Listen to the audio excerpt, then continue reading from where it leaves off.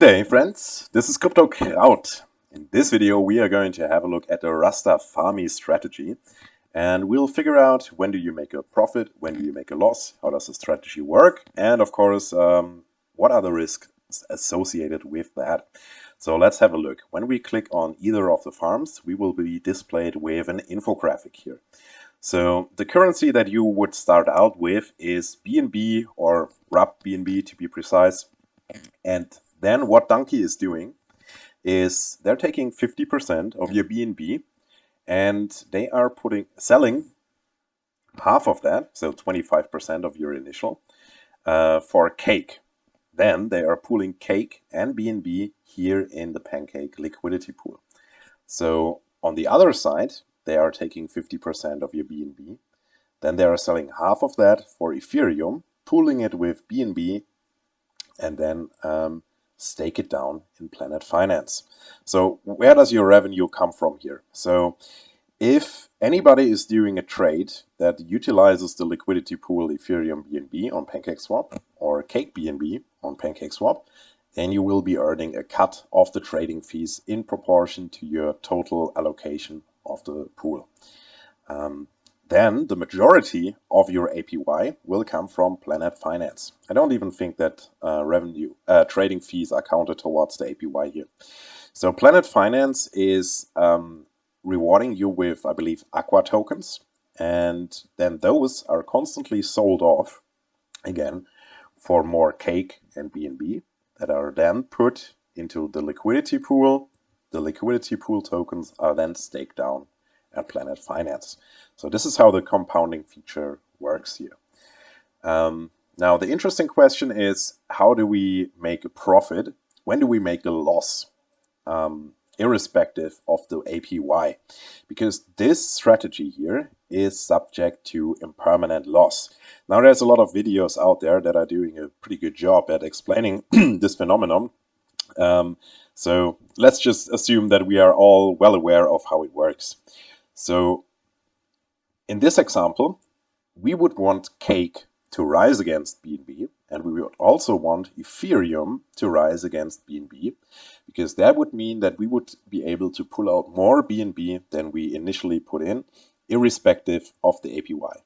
So if cake rises against BNB and it is in a liquidity pool, that means that there is more BNB in the liquidity pool and less cake. Same thing here, of course. So if BNB rises against cake and Ethereum, that would mean that you would be able to pull out less BNB than you put in. Now, in terms of dollar, you could of course be fine, right? So you could be pulling out less BNB, but you could have a higher dollar value. So it really depends on what it is that you're trying to do.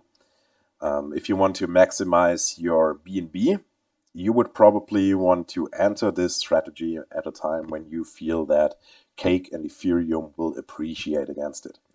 So the other thing I want to talk about is, how do we assess the risk here? So of course, every platform that we are using has the risk of smart contract exploits, hacks, etc. I would say that is neglectable. In the case of PancakeSwap, they've been around for a long time. They have a lot of funding. CZ is probably running the show. Yeah, they are heavily audited. So yeah, I don't lose sleep over having anything deposited in PancakeSwap. So let's have a look at Planet Finance. Planet Finance is rather new. I've been looking up their docs here. So I've been trying to find their audits, but as we can see, yeah, it is not returning anything. So this tells us that Planet Finance has not been audited yet. Maybe they are planning it, I don't know. I'm personally using them, but yeah, just to make you aware that they have not been audited yet. Of course, audits are somewhat of a double-edged sword, because heavily audited projects also can get hacked. Happened quite a lot recently, so yeah, just to make you aware of that. So to make it easier for you to assess the risk. So you want to ask yourself, do you really want to risk it to go with projects that have not been audited yet? Personally, for me, absolutely. But if you want to stay on the safe side, totally understandable. And that is a good metric to judge it by. So yeah, that's it for the Rastafarmi strategy.